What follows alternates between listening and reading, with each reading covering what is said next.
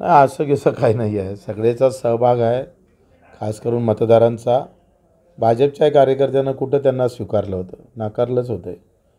आणि एकंदरीत काही पळण्यामागे स्वतःसुद्धा कारणीभूत असतं. दुसऱ्यावर कापर फोडूनचा फायदा नाही. आपल्या वर्तणुकीमध्ये बदल करावं.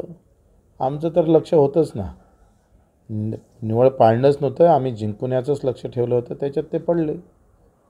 आम्ही सगळं एकच निवडणूक लढणार आहोत. वेळ आली तर दिवसातही लढू,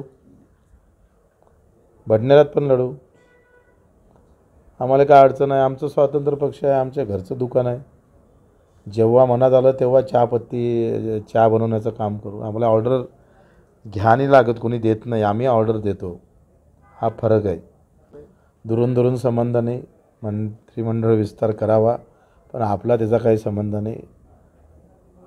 की ते तर देणारच नाही आणि दिलं तरी बच्चू कडू घेणार नाही.